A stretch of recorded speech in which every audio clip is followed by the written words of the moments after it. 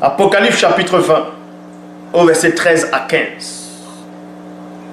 Il dit, la mer rendit les morts qui étaient en elle, la mort et le séjour des morts rendit les morts qui étaient en eux, et chacun fut jugé selon ses œuvres.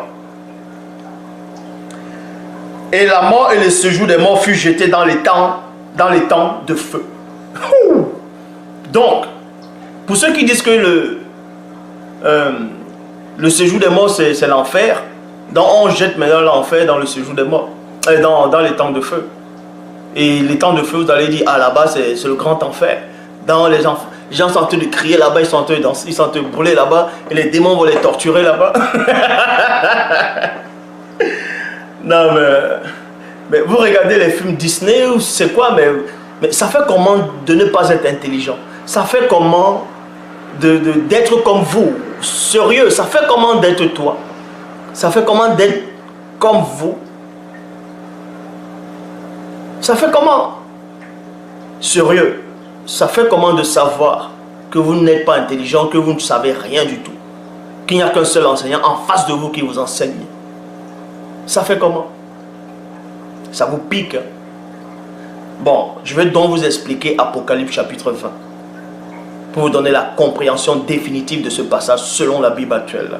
Apocalypse chapitre 20 verset 13 à 15. La mer rendit les morts qui étaient en elle. Il est dit ici, la mer. Déjà, c'est déjà faux. Il n'y a pas qu'une seule mer sur la terre. On parle de quelle mer ici?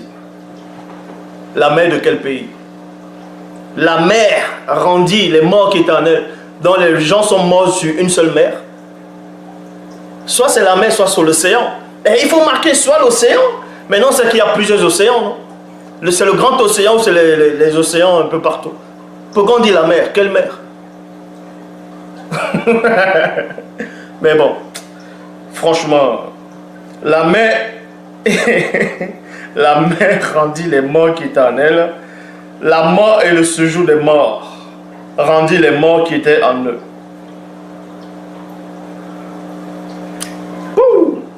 Donc vous comprenez quoi là? Donc ça veut dire il y en a qui meurent, qui vont dans le séjour des morts, tandis que d'autres meurent et ils sont enfermés dans la mer. Et ils souffrent là-bas, il y a le feu dans la mer, ou bien c'est l'écume, ou bien c'est l'eau salée qui meurt.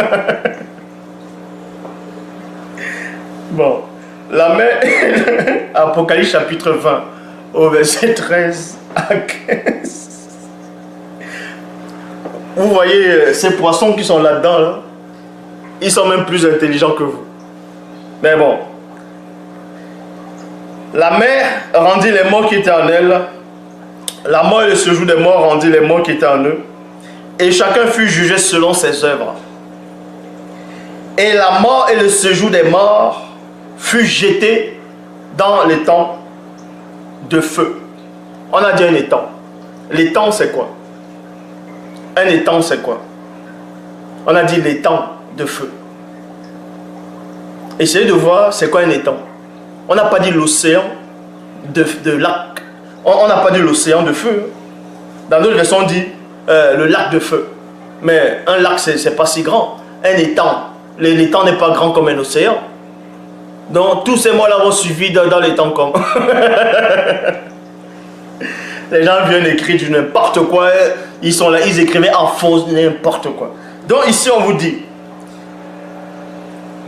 Et la mort et le séjour des morts fut jeté dans les temps de feu.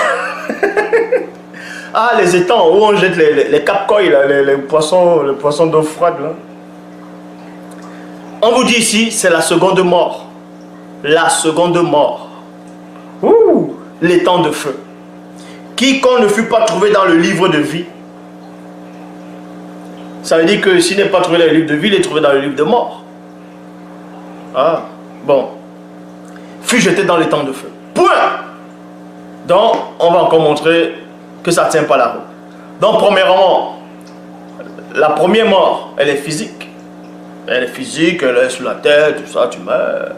Comme son bel le dit, il est réservé aux hommes de mourir une seule fois. Une seule fois. Paul le dit, hein, il est réservé aux hommes de mourir une seule fois et non deux fois. Ah, ici on parle de la deuxième mort. Bon, laissons même et son bel. Quiconque ne fut pas trouvé écrit dans le livre de vie fut jeté dans le temps de feu. C'est la seconde mort. Le temps de feu. On vous parle ici de la seconde mort. Donc, il y a un passage qui démontre aussi que cet étang de feu là aussi doit mourir, doit être détruit. Donc ça ne doit pas exister. Ça ne doit même pas être dans la création de mon Père. Parce que dans 1 Corinthiens, chapitre 15, au verset 26, il est dit, le dernier ennemi qui sera détruit. Détruit, ça veut dire disparaître définitivement. C'est la mort. Et on sait que la mort, maintenant c'est quoi? On vous dit la mort, c'est le temps de feu, la seconde mort. La première mort et la seconde mort. Dans 1 Corinthiens chapitre 15 au verset 26, il n'est pas question, on n'a pas dit ici là, le dernier ennemi qui va mourir c'est la première mort. On a dit la mort. Donc, quelle que soit la mort disparaît. Donc, l'enfer, on ne souffre pas là-bas. Laissez les gens tranquilles. Celui qui meurt, qui n'a pas connu le vrai, en tout cas le vrai verbe de l'Oba, la vraie parole, il va dans le séjour des morts. Et dans le séjour des morts, tu n'es pas conscient. C'est comme si tu n'avais pas existé. C'est à la fin de temps, tu vas te réveiller. Parce que dans Daniel chapitre 12 au verset 2, il est dit, plusieurs de ceux qui dorment dans la poussière de la terre se réveilleront. On n'a pas dit celui qui meurt là, bam, il va brûler directement. Mais où est la justice dedans? Puisque Satan, le Mundima Bobé, était le premier à pécher. Et lui actuellement, il n'est pas là-bas. Les démons ont dit quoi à Christ? Es-tu venu nous tourmenter avant le temps? Comment les démons ont commis des choses atroces? Eux, ils sont en liberté. Et l'homme, lui, il fait là un truc, oh, il va souffrir en enfer directement.